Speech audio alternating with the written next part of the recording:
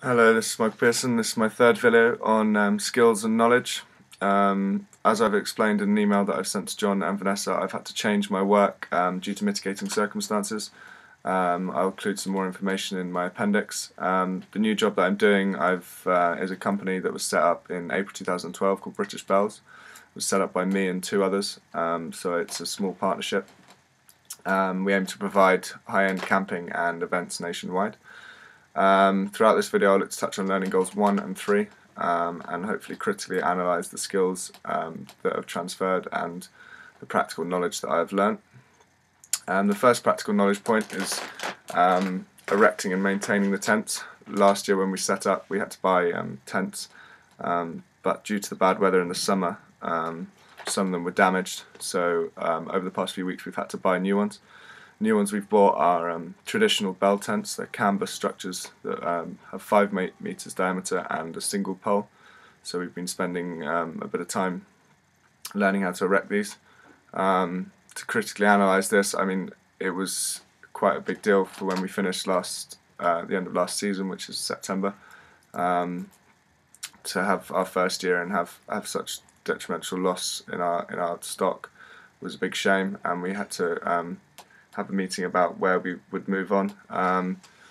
It was a worrying time because obviously it means more money, and then the more money it's more risk. But I'm glad we came to the decision whereby we bought the new tents, and I'm hoping that they will help for the coming summer. Another reason we bought the tents was because we've always said that quality is the most important thing. Quality is often defined as a fitness for purpose. So in other words, a quality product is one that meets the needs and requirements of its consumer.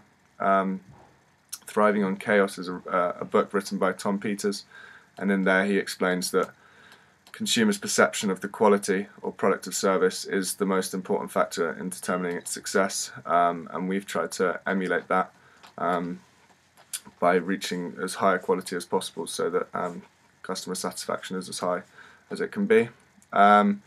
Second thing that I've learned is working in a partnership or a small business. I've never worked in such a small area or owned my own, been my own boss, for instance. From my theory in entrepreneurship, we were told a partnership is a voluntary association of 2 or more people where they link their money, property, or labour and skill, or a combination of all those, for the purpose of lawful business to make a profit.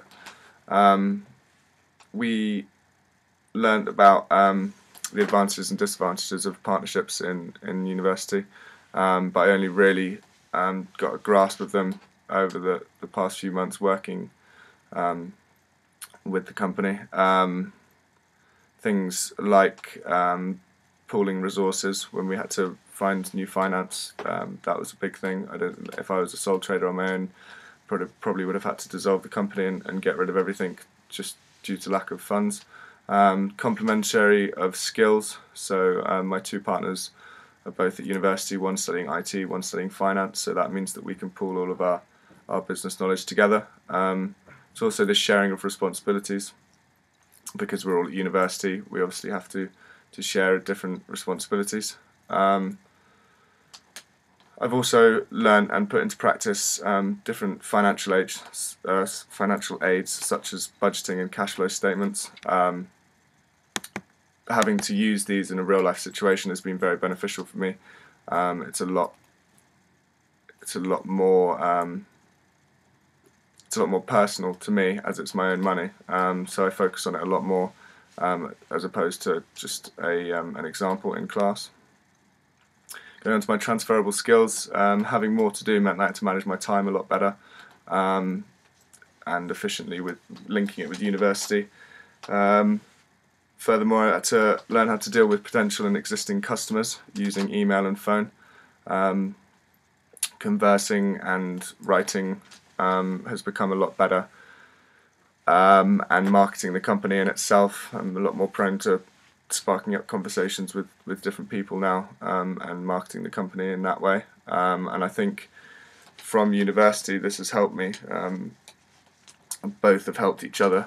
Presenting at university has made me more confident in speaking in front of people, and then this has helped obviously with the phone calls, and then vice versa with the phone calls helping my teamwork at university. Moving on to that, teamwork has been a massive part over the past few months. Whereas working in a team at university is important to try and get the best grade. When it's your money and your business and your livelihood on the line, it becomes a lot more serious, just because we know that we have to have a good cohesion, otherwise issues could arise and we could become demotivated and end up losing money. So overall, using the skills that I've learned at university, it's helped me to develop the business for the better, and in turn helped me personally develop myself. The past few weeks has been quite stressful, just because coming up to the new season, and it just so happens that it links in with all of our exams and final coursework, so the workload's been quite heavy, but I'm hoping that it will pay off, and this summer will be a profitable one. My studies have helped me a lot with everything. Another example is business planning. Obviously I had to do this a lot last year, and you don't really touch on it as much in first year, and this year I've been doing it in my entrepreneurship module, so I think it's benefited me quite well.